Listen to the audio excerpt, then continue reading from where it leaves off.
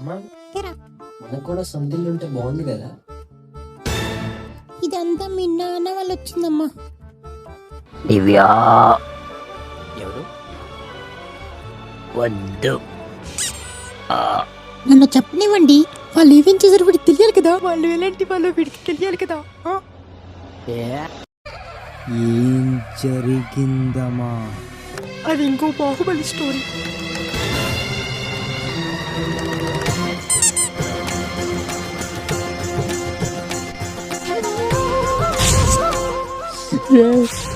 నువ్వు నాన్నవేనా లాస్వా?